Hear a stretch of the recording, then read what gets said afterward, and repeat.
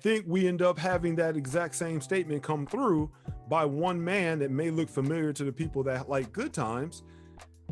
You begin to see Florida, or what later we would know as Florida Evans, is the maid of Maude.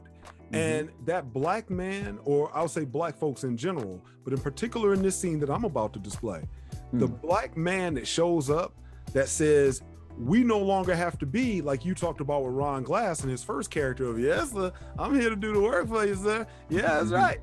This black man comes in and he says, no, we're not going to do it like that. And so let me go find my clip and let me share this one. All right, cue this up. Man, thank you for opening that one up, because that was actually perfect. No, that's Here we go. Let me know if we have any problems. Oh, I remember this scene. Let's do it. My wife has, she'll still complain. All women, I tell you, I don't understand them. But especially you white women. You sit up here in your nice world, and instead of enjoying the things you got, you're worrying yourself sick about some women's rights. Well, let me tell you, baby, I'm Ebony. In the world I grew up in, a black man couldn't even get a job. So the woman went out and worked and supported the family. And quiet as it's kept, none of us never wanted it that way. And some of us don't have to have it that way, like me. Now I got a job, and a good one. And if I have to work 2 jobs, then I will, because I am no longer gonna be the husband of a black maid. Hey, you people ain't gonna be sucked in by that jive. Florida, he knows what he's talking about. He's black. And what do you think I am, Sundan?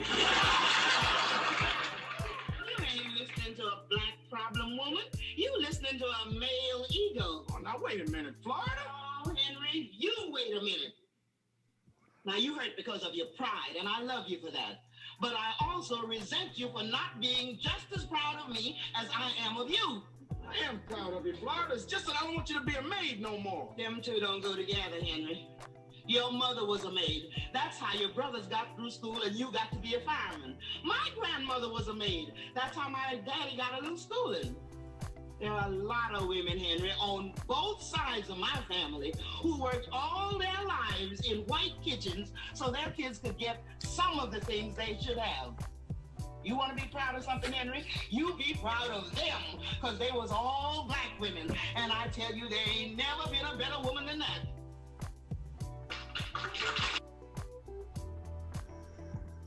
Dude, so much. you want to take it first, or you want me to take it first? Well, I'll just say I find it highly interesting that in that clip, after what you have said, that's why I had to stop and bring it now, because it was the perfect segue into it. You have the feminist in this case of Maude not having a problem having a black maid. You have a black man coming in basically saying, look, I don't want my wife to have to do this. She doesn't have to be a maid. And what I really find interesting, you have the black woman immediately, when Maude seems to have this view of, you know what, okay, maybe he's right. The black woman then comes in and puts her place into the position of being a maid and gets on the man for basically saying, who are you to say that I can't be a maid because your mama was one, etc. That we can't even do this whole episode because we would go sidetracked into problems with the black man and the woman that gets displayed in this clip. But it goes to show you have Maude, you have this perfect setup for what later was going to be Good Times, because spoiler alert, James is going to be the dad, Florida is going to be the mom on Good Times. But you see this division that was already kind of being created in this show, where they're showing this separation when a black man says, I no longer want to be what you thought I was in the 60s, the 40s, the 1840s. I now want to be the man that I can be and take care of my family. And we're going to see later on, did that really get allowed on the Norman Lear productions? Man, that clip speaks to me in just so many different ways, because it's like, it speaks to the scenario of the black woman still today. Like, do you identify more with your gender, or do you identify more with your race? Right? Because this issue comes up. James, or Henry, interesting how they call him Henry, and then there was a Henry Jefferson on All in the Family also. They put his name.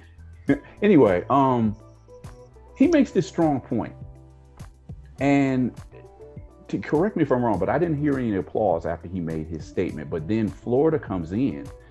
I'm thinking, okay, join your man, back him up. But then she kind of threw the ball back on, like, well, whose side is she on? It's like, are you rolling with the black side or are you rolling with the feminist side? Yep. So it was like, that was a topsy-turvy. That's like, it's just, where are you going with this? It almost represents, we still see this today where Black women have this separation between, are we fighting for our gender or are we fighting for our blackness? And in some ways I understand that. But on the other side, by the show allowing Florida to take the applause, it's almost telling me we agree with what she's saying. What he said just didn't even happen. That's how it looked to me. One other thing, and then I'm gonna let you, I know you got something to say, but this is why I wish these shows, maybe they should be translated, because this is the exact same thing that's going on here right now, where Black people who are making these ascensions into middle class in Brazil, they don't want to be maids. They don't want to open up a door and people automatically assume, oh, you're the help, when you're actually the owner of the house. So this is the same, we're talking 40, 50 years ago. And this is the same dynamic that's playing down here right now, where Black women have to say, look, there's nothing wrong with being a maid. I got to college now because my grandmother was a maid, her mother was a maid, and my mother was a maid. It's the exact same thing going on right now here. Wow. I think it's interesting that if anything, James, or as you said, Henry in this case, he stepped up. He stepped up and said that he wanted to take care of his wife. And he was a fireman. And we certainly know in the Black community, if you wore a uniform, you made good money. If you were a fireman, you made good money. So it did not seem that Florida would have had to work. It seemed like it would have been, as you kind of noted, whose side is she on? She's going to have to give up something. In this case, I guess we'll say her career. She's going to have to give up her career to depend on him. And we certainly know that if anything coming out of the 60s, your baby boom mothers, namely the white women, did not want to be dependent on their husbands any longer. That was what the liberation of the 60s was all about. So I think Florida made her decision. And you notice how she immediately checked Maude. Like, you ain't gonna believe him. Almost like, you're not gonna believe this man, not this Black man, this man. You aren't gonna believe him, are you? And she jumped. She made a choice, which what I think she didn't realize, she chose the white side and she chose the feminist side. She might have thought she was just choosing the feminist side, but she chose the white side as well. And if I may, let me go into where I was going to use this clip to lead into, because then for the Black Castaway audience, this was the first clip that I recall seeing of Henry and Florida, who would later become James and Florida Evans, as I just said a little bit ago. The key thing here, when Norman Lear wanted to set up Good Times, he did not want a father. He did not want a father. I think the originals were called The Black Family when they were shopping the pilot. Now, first of all, how are you going to have a pilot called The Black Family and you do not have a Black man in the house? Right. So if anything, I'm so glad we saw a separation of Florida on Maude and Florida Evans, who would be on Good Times. The real Esther Roll, the woman that she was, came out and said, I am not going to do this show unless I have a Black father in the house. And I guess the Norman Lear, the other execs still fought back against that, but Florida, or Esther Roll, stood her ground, and thankfully they ended up bringing in the iconic John Amos in to have him take on that role in The Black Family.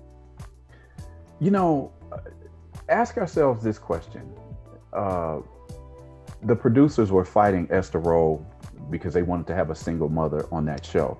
Did they actually win by killing him off? Oh, you jumping ahead. Well, I'm just saying. I'm like, did they get what they wanted from the beginning by killing him off? I mean, the show had built up its audience having this Black family. Yeah, we were in the ghetto, we were in the projects. I'm saying, but we still had a family dynamic there. And we know what was going on now behind the scenes with John Amos, with some of the antics of JJ. We know that. But it was the perfect excuse to get rid of him. Like, okay, we let you have your Black father for X amount of years. Now we're going to get what we want. It's almost like a perfect setup. Yeah, so let me explain to the audience here.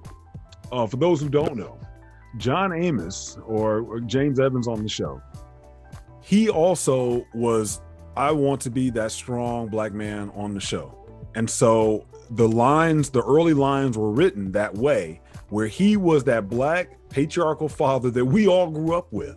And I think that's one reason why this show resonated with us, that we still are talking about it almost 50 years later.